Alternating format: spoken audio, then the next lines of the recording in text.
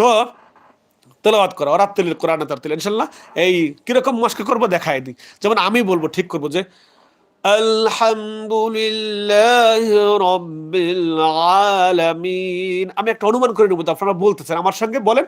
হ্যাঁ, আপনি বলেন। হ্যাঁ বলেন, শুদ্ধ দেখেন, দেখেন। আলহামদু বলেন, আলহামদু। হা, হা বলেন।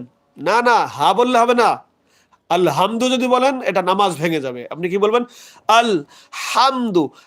হা, দেখছেন এটা বাতাস বেরোচ্ছে, গলাকে চাপ দিয়ে মাঝখানে। হা, এই গলার মাঝখানে একটু চাপ দিবেন। হা। আর হা বলতে গেলে চাপ না, হা বলতে গেলে গলাকে আরো প্রসারিত করা লাগে। হা।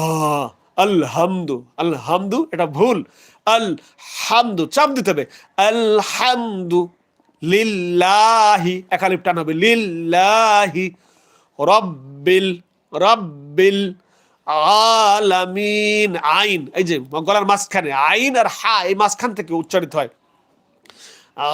আলামিন, আলামিন, আলামিন। এইভাবে এক একটা অক্ষর, এক একটা শব্দ করে করে আমরা বারবার প্র্যাকটিস করবো, যাতে করে